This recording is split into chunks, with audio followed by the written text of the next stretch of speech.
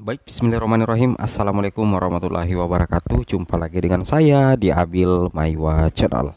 Jadi teman-teman, channel ini merupakan channel pendidikan tempat kita berbagi tentang aplikasi pendidikan, Microsoft Office, serta tips dan triks komputer.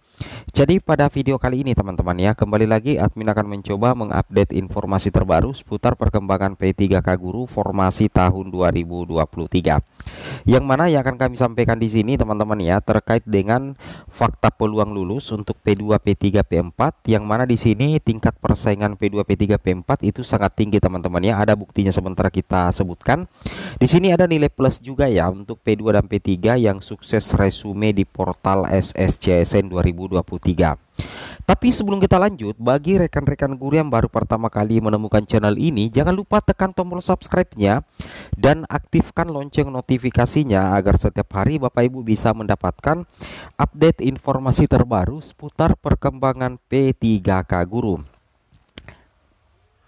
Baik teman-teman, tanpa berlama-lama lagi kita langsung saja to the point ke informasinya.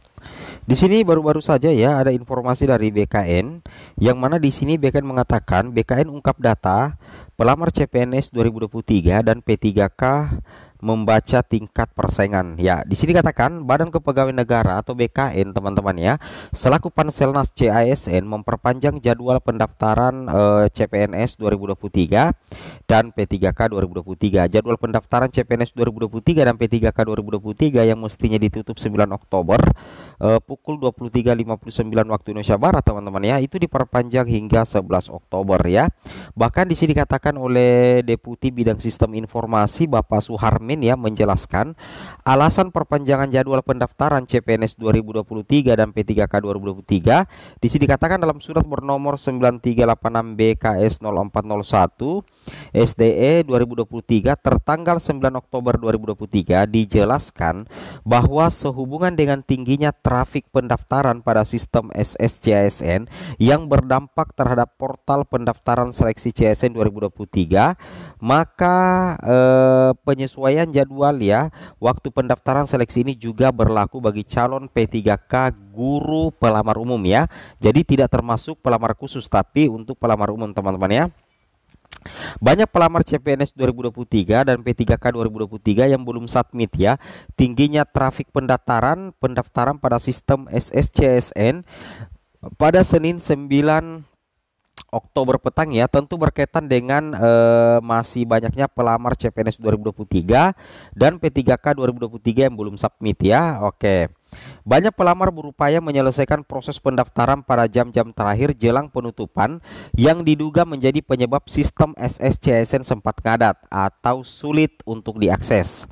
Kemudian di sini katakan data yang dirilis BKN menyebutkan hingga Senin pagi pukul 6 waktu Indonesia Barat, 39% dari total pelamar pada seluruh formasi CPNS dan P3K guru tenaga kesehatan dan teknis itu belum menyelesaikan pendaftaran teman-teman ya.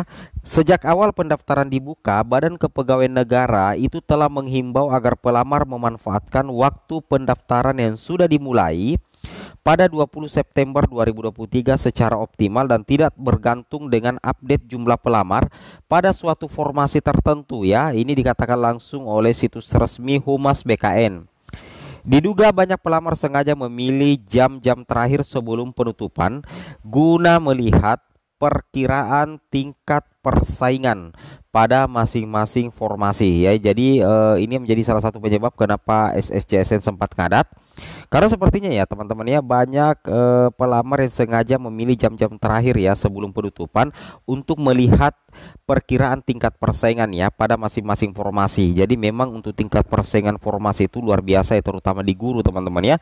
Kalau P1 kan sudah tinggal menunggu penempatan, yang bersaing ketat ini adalah P2, P3, P4 teman-teman. Itu luar biasa sekali ya. Bahkan di sini kita lihat berdasarkan data statistik pelamar pada Senin pagi untuk formasi CPNS dari total pendaftar membuat akun sebanyak 1.134.112, tetapi yang masih submit dan akhiri pendaftaran masih berkisar 55%. Bayangkan ya, yang membuat akun untuk pelamar CPNS saja itu 1,1 juta orang teman-teman ya, luar biasa ya.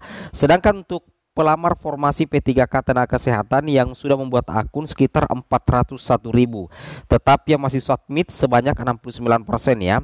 Kemudian pelamar formasi P3K guru tercatat sudah membuat akun sebanyak 431.538 ya. Jadi untuk pelamar formasi P3K guru teman-teman ya, yang sudah membuat akun itu mencapai 431.000 dan yang submit itu sekitar 90% pelamar.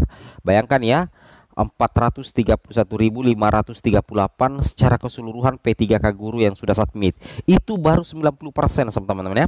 Masih ada sekitar 10%. Bayangkan ya, kemungkinan besar yang terjadi persaingan ketat itu kemungkinan adalah P2, P3 dan P4 teman-teman ya. Seperti itu kira-kira. Bahkan di sini katakan oleh PLT Kepala Biro Humas Hukum dan Kerjasama BKN Nur Hasan menuturkan bahwa BKN juga dapat terus mengupayakan portal pendaftaran dapat diakses semaksimal mungkin meskipun di tengah akses pelamar ya yang membludak karena kondisi kebanyakan pelamar yang mencoba mengakhiri pendaftaran dalam waktu yang bersamaan menjelang batas akhir pendaftaran. Seperti itu kira-kira. Kemudian dengan kondisi banyaknya pelamar yang menunggu submit dan resume serta mengakhiri pendaftaran menjelang batas waktu akhir pendaftaran tentu mempengaruhi kelancaran akses ya. Akses portal ini tujuannya memang ya dilakukan untuk melihat peta persaingan sih sebenarnya teman-teman ya. Oke, di sini kita coba cek di sini teman-teman ya informasi terbarunya ya untuk rekan-rekan sekalian. Oke, kita cek dulu di sini ya filenya teman-teman ya. Nah, bayangkan ya untuk yang sukses resume ya untuk P3K guru itu sekitar 431.000 kalau tidak salah ya. Kalau data yang kita baca tadi itu sekitar 400.000-an orang. Bayangkan ya, sedangkan jumlah P1 saja itu hanya 62.000 Bapak Ibu ya. Cuma 62.000. Nah, yang submit itu sudah sekitar 90%, itu mencapai 400.000. Bayangkan dari mana itu ya.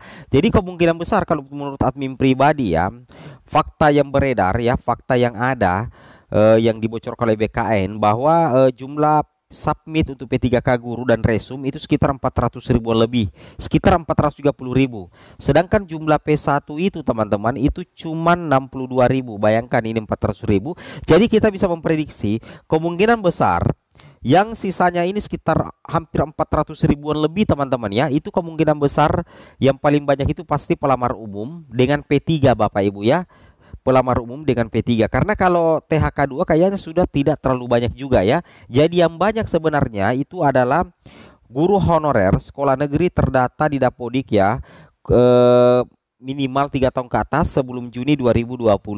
Jadi ini yang paling banyak ya, P3 kemudian P4. Jadi kita bisa mengambil kesimpulan yang bakalan terjadi persaingan ketat nantinya itu adalah P3 dan P4 Bapak Ibu ya. P3 bersaing dengan sesama P3, P4 bersama dengan P4 ya. Kalau THK2 saya rasa sudah tidak terlalu banyak lagi ya kategori 2 atau XTHK2 yang terdata di database BKN.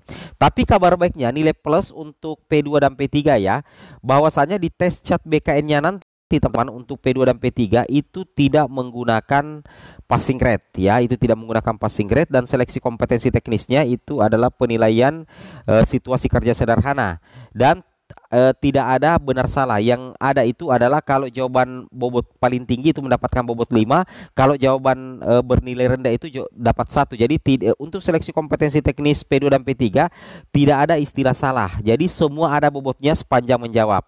Oke, semoga bermanfaat. Assalamualaikum warahmatullahi wabarakatuh.